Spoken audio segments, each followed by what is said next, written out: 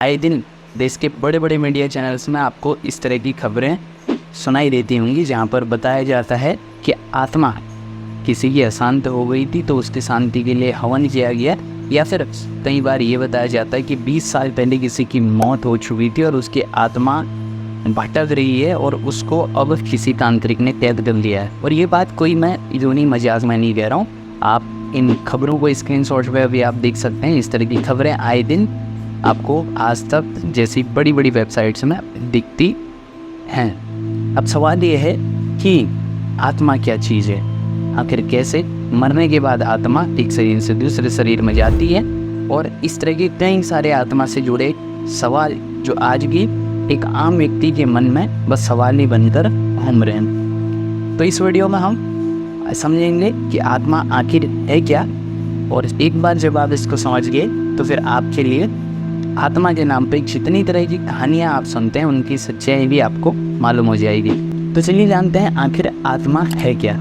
तो आत्मा क्या है, इस सवाल का जवाब हम किसी कवि किसी लेखक से नहीं समझेंगे, बल्कि सीधे सीधे ये शब्द जहाँ से आया है हम उन्हीं स्रोतों से आत्मा शब्द को समझेंगे। पहली बार आत्मा की बात उपनिषदों में की गई थी, यानी कि आत्मा जो एक सुंदर शब्द है ये हमें उपनिषदों से मिला है।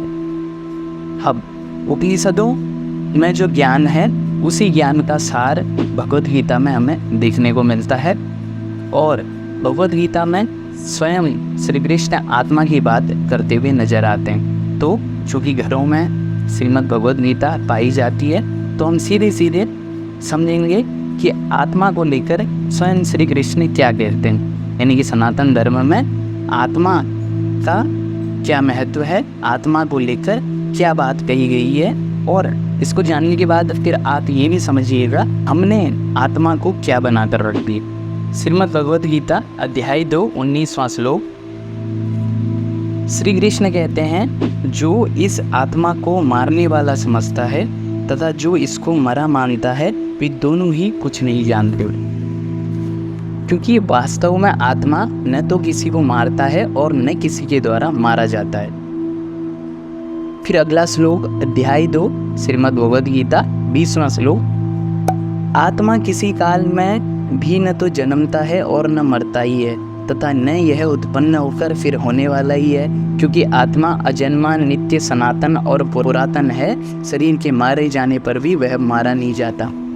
तो देखिए श्री कृष्ण साफ साफ आत्मा के बारे में क्या कह रहे हैं। श्री कृष्ण कह रहे हैं कि आत्मा वो है जिसको कभी काटा मिटाया नहीं जा सकता, जो सनातन है, यानी कि जो सदा था है और रहेगा। अब जरा आप सोचिए कि क्या है इस दुनिया में जो सदा है और रहेगा।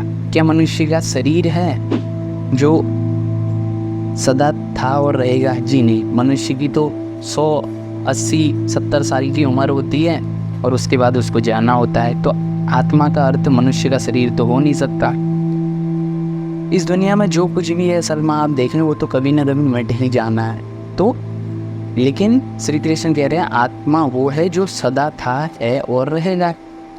तो अब ज्ञानियों ने कहा आत्मा माने सत्य, यानी कि श्री कृष्ण कहना चाह रहे हैं कि आत्मा जिसको हम सत्य बोलते हैं, ट्रुथ बोलते हैं, ब्रह्म परमात्मा बोलते हैं, वो आत्मा है। सच्चाई सदा थी है और रहेगी। सब कुछ मिट जाता है इस संसार में, पर सच्चाई हमेशा रहती है। तो इसीलिए श्री कृष्ण ने सत्य को ही आत्मा कहा है।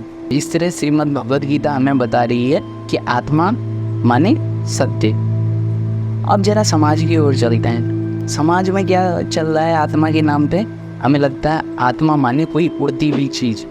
हमें लगता है शरीर में कुछ ऐसी दिव्य शक्ति बैठी हुई है जो इंसान के मरने के बाद फुर्र से कहीं उड़ जाती है या कहीं वातावरण में भटकती है। मनुष्य गंदे काम करता है तो फिर वो आत्मा इधर उधर भटकती रहती है, अगर उसको मुक्ति नहीं मिलती तो भी वो भटकती रहती है।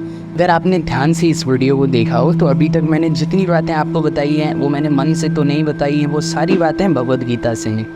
तो श्री कृष्ण स्वयं कह रहे हैं आत्मा क्या है ये अर्थ बता रहे हैं, और हमें लगता है आत्मा कोई चीज़ है जो इधर से उधर उड़ती है, एक शरीर से दूसरे स्थान पर जाती है, और यहीं से सारा भ्रम पैदा होता है और यहीं से मनुष्य के कष्ट शुरू होते हैं। देखिए होता ये है कि जब मनुष्य ये मान लेता है ना कि आत्मा कहीं उड़ती है, कहीं एक शरीर से दूसरे शरीर में जाती है, तो फिर उसके साथ होता ये है कि उसकी ज़िंदगी में या उसके घर परिवार में अगर किसी की मृत्यु हो जाती तो उसको सदा ही डर रहता है कि कहीं उसकी आत्मा किसी को या आपको खुद को परेशान ना कर दें, है ना।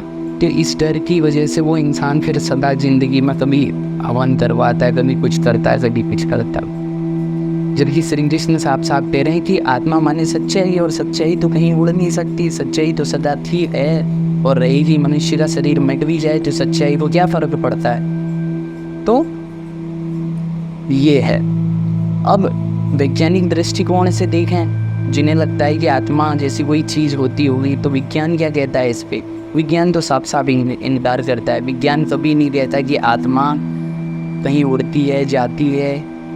विज्ञान तो साफ साफ हमारे शरीर में जो कुछ है उसकी व्याख्या कर देता है। शरीर में जितने भी बॉडी पार्ट हैं, विज्ञान छोटे से छोटे, बड़े से बड़े पार्ट के बारे में उनको जानकारी देता है। लेकिन हमें लगता है आत्मा कहीं अंदर ही मौजूद है। हमें लगता है आत्मा कोई उड़ती हुई चीज़ है। वैज्ञानिक इस बात का सीधे सीधे खंडन करते हैं। वो बोलते हैं शरीर में ऐसा कुछ भी नहीं है। तो ये बात है।